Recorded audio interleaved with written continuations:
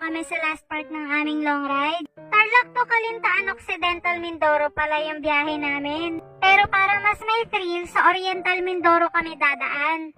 7 PM nga pala yan nung umalis kami ng bahay. At syempre, pa-full tank muna natin dito si Barako sa San Miguel.